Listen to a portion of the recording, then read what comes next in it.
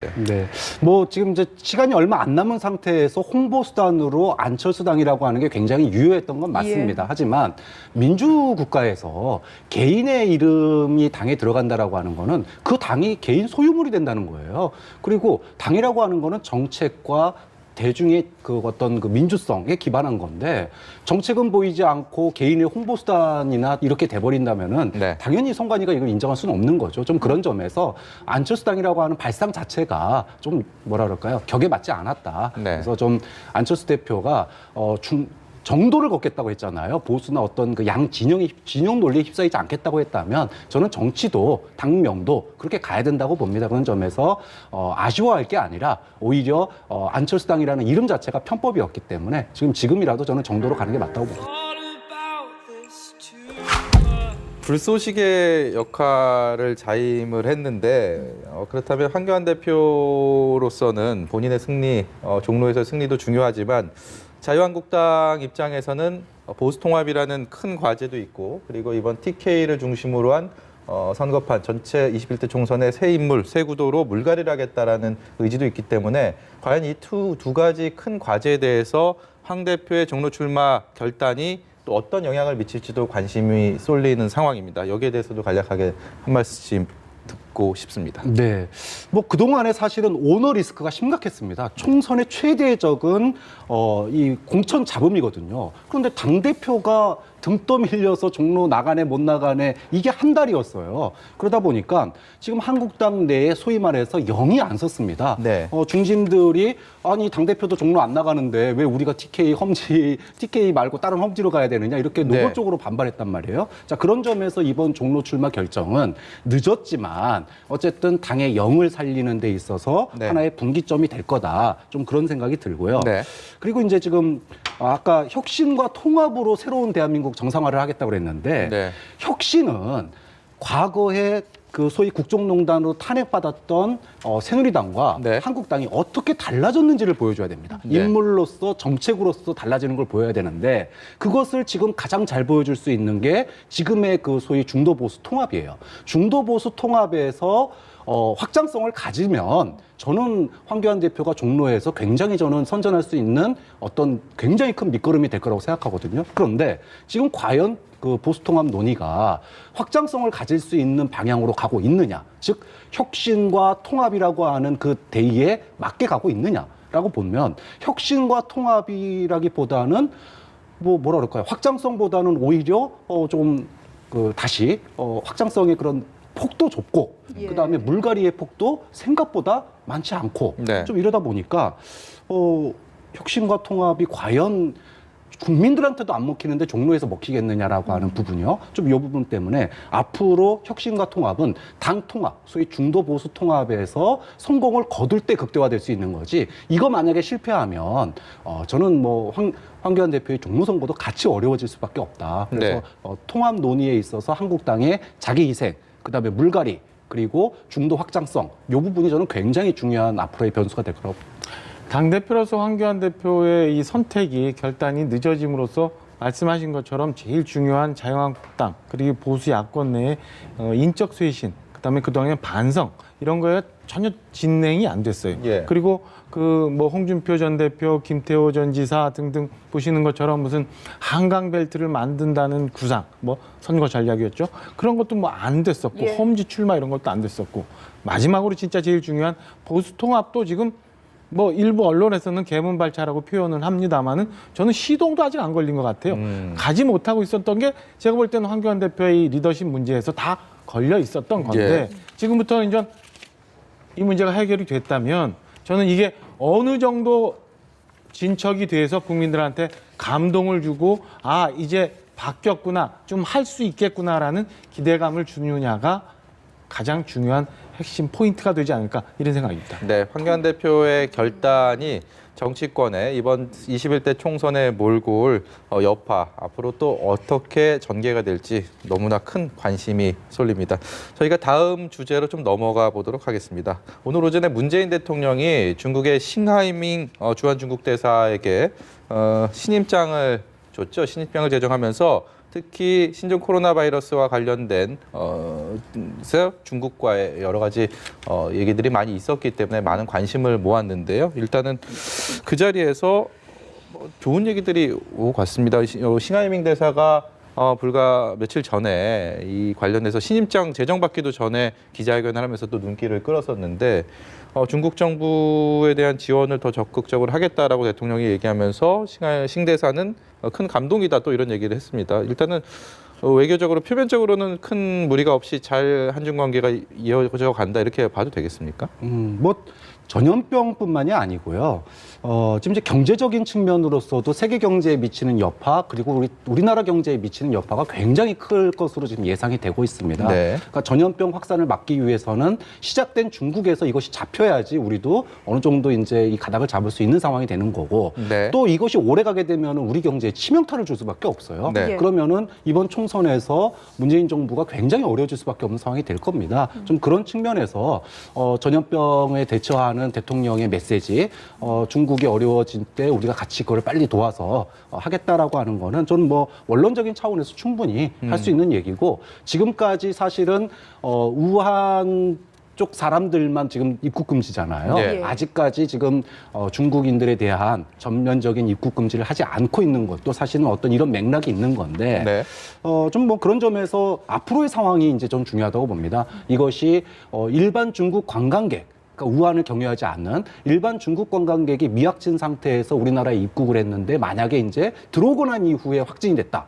아직 그런 사례는 없거든요. 예. 이렇게 되면 이게 일시적이나마 이제 중국인들의 입국 금지, 관광 금지가 한시적으로 될 수밖에 없는 거예요. 자, 그랬을 때 중국 정부하고 이게 긴밀하게 소통이 돼야 돼요. 또 지금 중국 갔다 온 사람만 그 전염병 걸리는 게 아니지 않습니까? 네. 싱가포르나 태국이나 뭐 일본에서도 심지어는 걸려서 오는 상황이에요. 자, 이렇게 본다면 국제적인 공조가 굉장히 중요하기 때문에 뭐 서로 뭐 중국 잘못이니 일본 잘못이니 우리나라 잘못이니 이런 얘기할 상황은 아니라고 보기 때문에 네. 좀 대통령이 국제적인 협력을 통해서 전염병에 대처하겠다라고 얘기하는 거는 좀 뭐 저는 잘한 일이다라고 봅니다.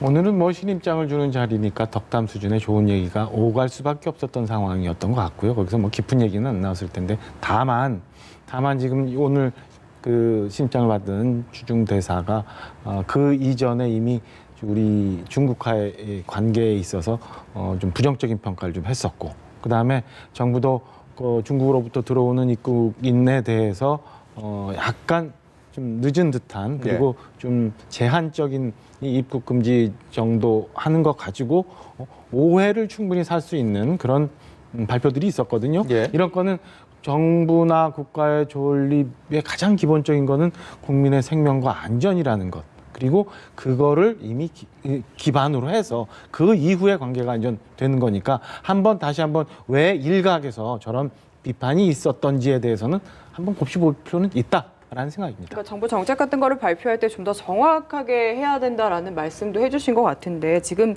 시진핑 주석 방한 문제를 놓고도 한 차례 논란이 됐었거든요. 우리 정부는 지금 상반기 중으로 계획을 하고 있는 것 같고 오늘 싱 대사와도 논의를 했다고 하는데 이게 뭐 몇 월이냐 가지고 논란이 되는 부분도 좀 이야기를 해보고 싶고 또 중국 내 코로나 사태가 변수가 될 수도 있지 않습니까? 어떻게 보시는지 궁금합니다. 지금 중국 현재 상황에 대해서 우리가 충분히 다 알 수 있는 건 아닌데 창궐이라고 표현을 해도 뭐 부족하지 않을 정도로 네. 굉장히 중국 전역에 다 퍼져 있는 것 같아요.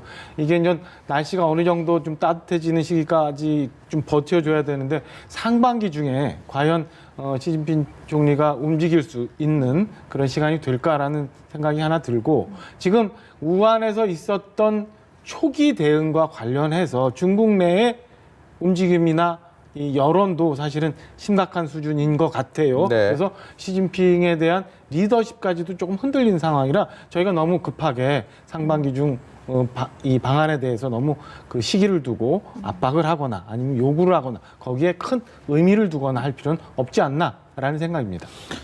네, 마지막으로 안철수 전 국민의당 대표, 안철수 신당이라는 당을 만들려고 했는데 선관위가 그 당 이름 안 된다라고 유권 해석을 내렸습니다. 여기에 대해서 안철수 전 대표 입장에서는 좀 가슴이 아픈 그런 결론이 아닐까 싶은데요. 네.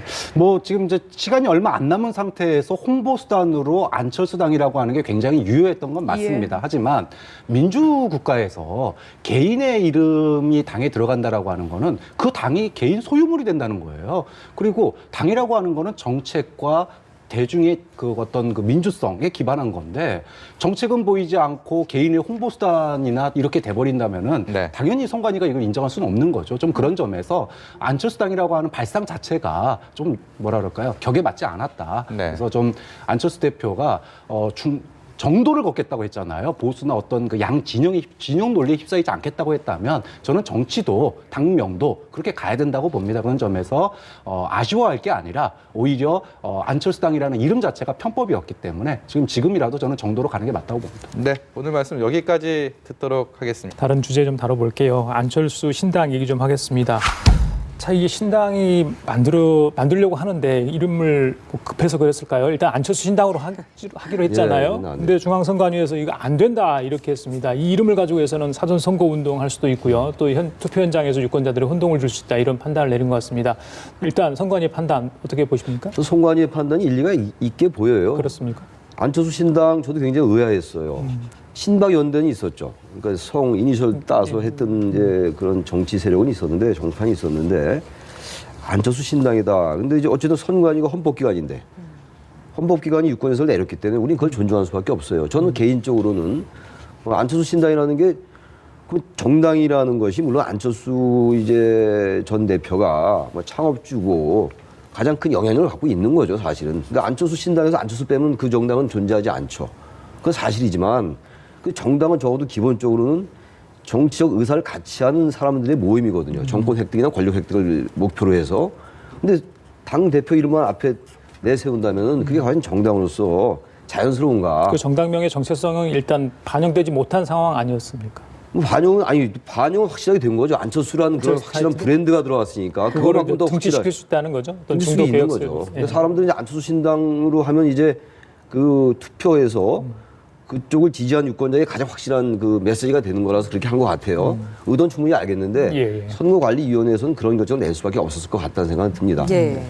헌법과 정당법 그리고 공직선거법 위반의 유지가 있기 때문에 불허한다라고 얘기를 하고 있는 것이죠. 그러니까 정당 활동을 얘기를 하면서 이게 보이지 않는 선거운동이 되기 때문에 이제 불허한다라고 얘기를 하고 있기 때문에요. 2008년도에 기억이 나시겠지만 이제 친박연대라는 게 있어서 그때 한때도 굉장히 문제가 됐었잖아요. 그때 당명에다가 친박연대를 쓸 수 있느냐. 근데 그때는 허용을 했어요. 예. 근데 이번에는 아예 특정 정치인의 이름을 짓고 했기 때문에 이렇게 되면 그다음부터는 이제 여러 가지 형태의 새로운 당명이 나올 수 있기 때문에 과도한 나름대로의 이런 그 조치라기보다는 나름대로 중앙선관위가 여러 가지를 종합적으로 검토를 해서 나온 거라고 보는데 하나 흥미로운 것은 오늘 한국갤럽이 여론조사 결과를 발표를 했는데요. 예. 정당 지지도에서 정말 안철수 신당의 효과가 있더라고요. 예, 왜냐하면 안철수 신당이 새 보수당보다 높게 나왔어요.